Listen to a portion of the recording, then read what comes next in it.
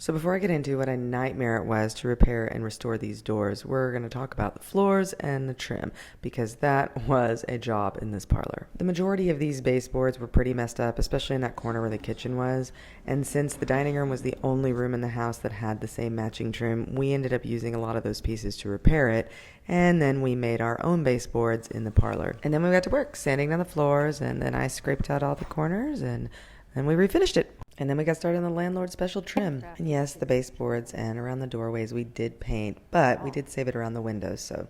And I mean, these doors and everything were pretty botched up. We had a lot of filling and a lot of repairs to make. And I mean a lot of filling and patchwork. Okay, so on to these French doors. They have what's called a Cremone bolt or a bolt latch on them, and they were painted over like 100 times. And the mechanisms inside need to be repaired. So I got all the paint off, and they were pretty crusty. And then my dad actually had to weld a piece so that this would fit.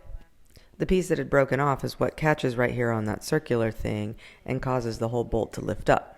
This was actually my first glazing job ever, and I did it on 6 panes, and I broke like 2 when I was doing it, and it was just a learning curve, let me tell you.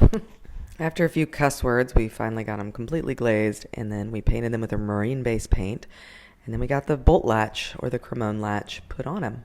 And here she is, all oiled up and ready to go. You turn the knob, and the bolt slides right into this pretty little thing right here. Just choop-a-choop. And here they are now, after months, finally finished, and they lead right out to the T-deck, where we can see the comings and goings of the neighborhood in the historic Murfreesburg district.